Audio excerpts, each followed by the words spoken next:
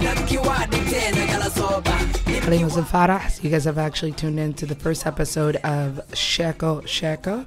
So we have Bueller, Jafar.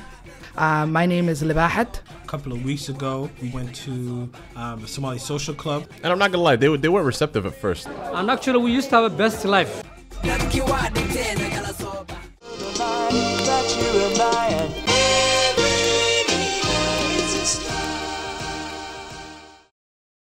All right, in that, we need to move on. We need to move on to our main story of this episode.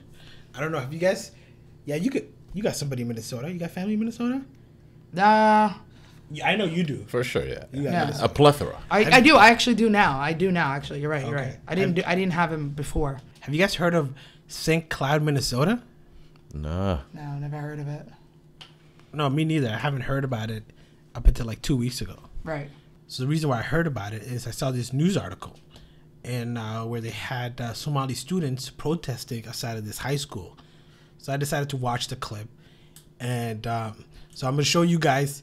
I want to show you guys the clip that the mainstream media did, and apparently, because St. Cloud and Minnesota, it's got their own news channel, or they got their own cable channel called St. Cloud. What's it called? St. Cloud Somali TV, something of that nature, something like that. So anyway, I'm gonna show you the mainstream version of the footage, and I'm gonna show you the Somali footage. Wait, this footage is of the protest. Of the protest. Yeah. Okay. I've never heard of Somalis protesting before. So one protest, two different views. Yes, one protest, two different views. Got it. All right. This was the scene at St. Cloud Tech High School today after what police are calling a verbal disturbance. There's a lot of people who have prejudice against every race, really, at our school. There were no injuries and no arrests. But it's the second time police were at the school in just a week. Wednesday, more than 100 students and parents staged a 2-hour protest on the school's south lawn, saying Somalian kids face bullying and discrimination. Freshman Hodo Noor says she's a recent target, saying her photo was posted online with a caption implying she's a terrorist. So I'm just going to stop it right here. So as you can see, very informative. They give you some information of what's going on and stuff like that. But what they've done, I don't know, by mistake, by oh, come on, accident, that was a calculated mistake. That was was a calculated mistake. But they straight blocked her. Bueller and his conspiracy theory. That was a calculated mistake, man. They blocked her. No, but haters. All the Somali, whatever interviews, there's no sound. There's no sound for whatever reason, except for like the last. There's a guy at the end of it. There's a link to this video. You guys should check it out. But yeah, there's no volume. So that's the mainstream version. Wait, so do you think it's deliberate that there's no volume? I guarantee. I don't know. I don't know. Sure. I don't guarantee it, but that's my personal opinion. You can't say it's deliberate or not. But all I know is it was kind of weird. Sure. It's kind of weird. Unless either way, the interviewees are speaking Somali. I highly doubt it. I disagree, man. But either way, it looks bad. Okay. How many times have you seen interviews where the sound is kind of messed up? Like even it's a delay. Exactly. Either way, it looks bad. You know, like, so hold on. So let me show you the Somali news coverage. Okay. And this is with the St. Cloud Somali TV. Yes.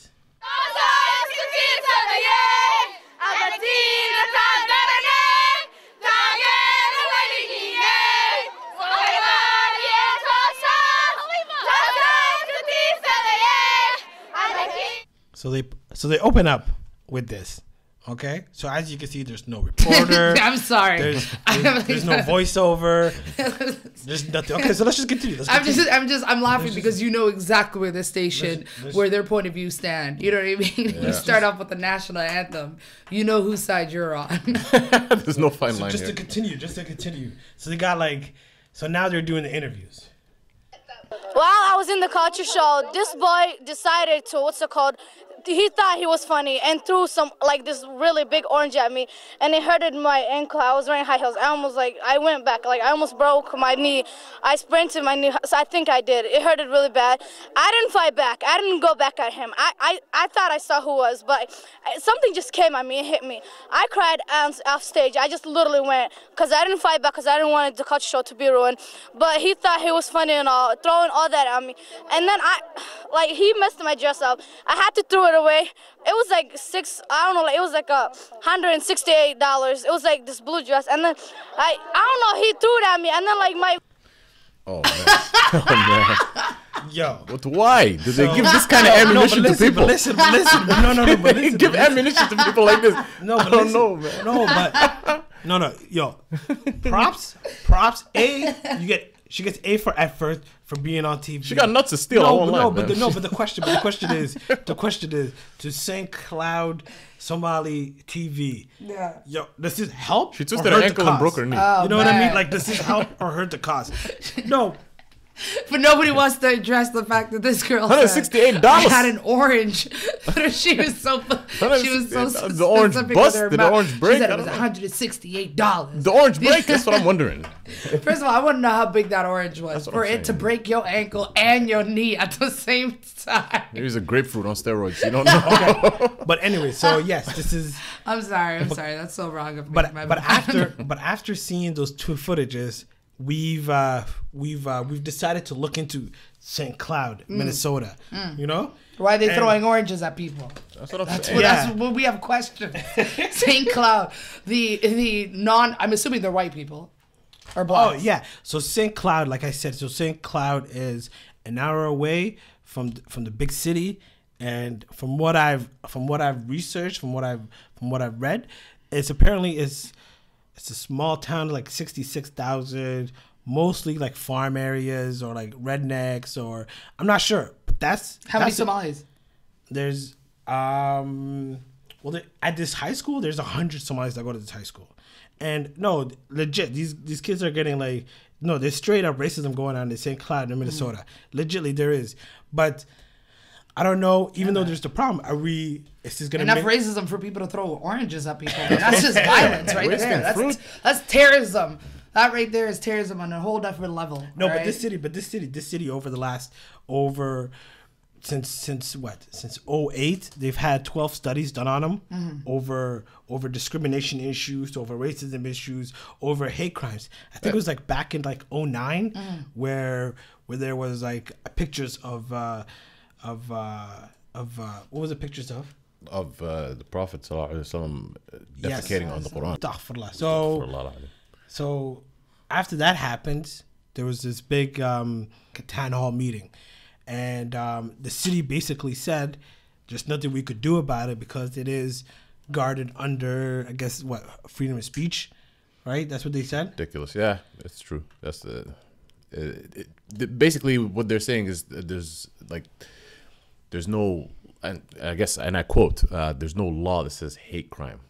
That's what it says and it's ridiculous. Against free speech? No, there's no law against hate crime itself for speech, right? They can draw and write whatever they want. That's still a hate crime. I don't think it falls under the category of a real hate crime. Let me ask you, Jafar, though. I'm assuming this was I'm assuming that this was a town full of white people, you would say, or non-Somalis, and then there was an influx of Somali people. Forget about the Somali. Yes, there was an influx of Somalis. Apparently, from 1990 to 2000, the city of St.Cloud, Minnesota, saw an increase of 238% of the black population. Who the hell is sending these people to these cold ass places, man? I don't get it, man.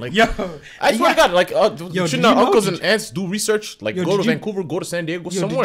Did you know the first red flag would have been that I think there's the Mississippi River runs through it. You know, so that's already racism by proxy. Yeah, that's terrible.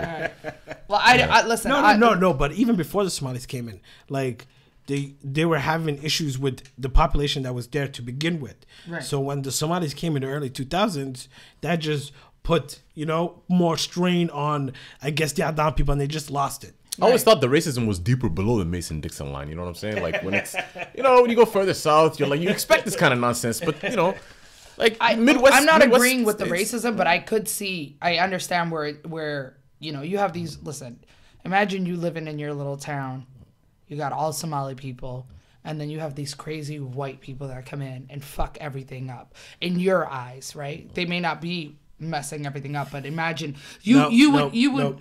No, you can't. No, you can't say it's justifiable because I'm not saying it's justifiable. No, I'm not at all. I think racism is racism. Like, Well, it's here it is. wrong, it's wrong. Here's the thing. I'll tell you. I think it's more group mentality, right? So like you have the group is always stupid.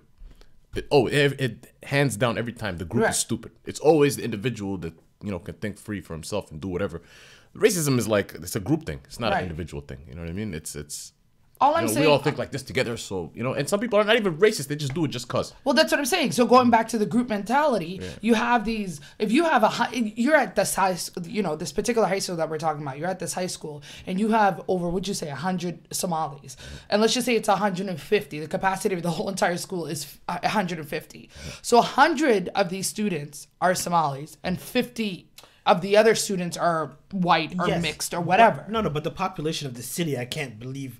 What? They may be 2% of the population of the whole city. The Somalis? Yeah. They're only 2%? I'm not saying it's like with an influx of 200 and what'd you say, 203 or 230? Percent. Yeah. I'm assuming so it could go from like 1,000 Somalis or 1,000 black people to like 3,000. You know what I mean? Right. It's still in the big picture. Out of the 66,000, it's still a fractional. Well, listen, I say, you know what I learned something early on in high school, right? And in high school, we had this mob mentality, and I think it comes with being Somali. So we used to fight each other, Somalis on Somalis, when there was nothing against us. But the day a white person said something to a Somali girl, or a black person said something to a Somali guy, or whatever the case may be, we united as a community. Like we would just F shit up, you know what I mean? And it's because we had somebody against us. But as soon as we don't have somebody against us, when shit's smooth, that's the time, that's the time when shit's smooth. Then you just turn on each other. You turn on each other, exactly. You look to the left, you look to the right. I don't like this guy's face from a long time. You remember shit you don't like about certain people, right? So hold on. So the reason why this story was our main topic is I wanted to have not the contrast, but like a comparison between, Kabilism and racism. Same. Like, I'm broke. That's it. Period. Because I don't even know what that means. It's a lot like the Game of Thrones. Who's what family? Yo, exactly. Game of Thrones. Yeah. Yo, that's Somali exactly Game of Thrones. But that's what it who's is. the Lannisters? Who's the Targaryen? You know what? The next man that asks me about Kabila, I'm gonna let him know that I'm a Lannister. End of story. You can't hate something you don't understand. That people hate what they don't understand. That's humanity. That's humanity. Just because two guys did that, you're gonna associate the whole clique. You can't paint different people with the same brush.